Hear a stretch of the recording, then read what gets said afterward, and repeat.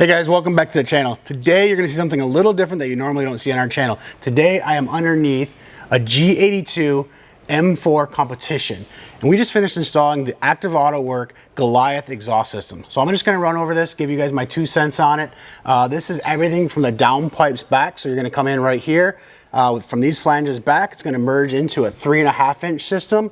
This one has the optional dump, and actually you can control this. Come on in here, you can check this out. This dump right here will actually open up with a valve that's located inside the car. And this isn't some like flappy motor, like a stock Supra exhaust or anything like that. It's actually really solid, and the motor up front has a nice, this actuator will actually control it. You can have it 25%, 50%, or anything in between, or all the way open for maximum dump. So we're gonna start this up in a minute, but I just kind of wanted to give you guys an overview of this exhaust.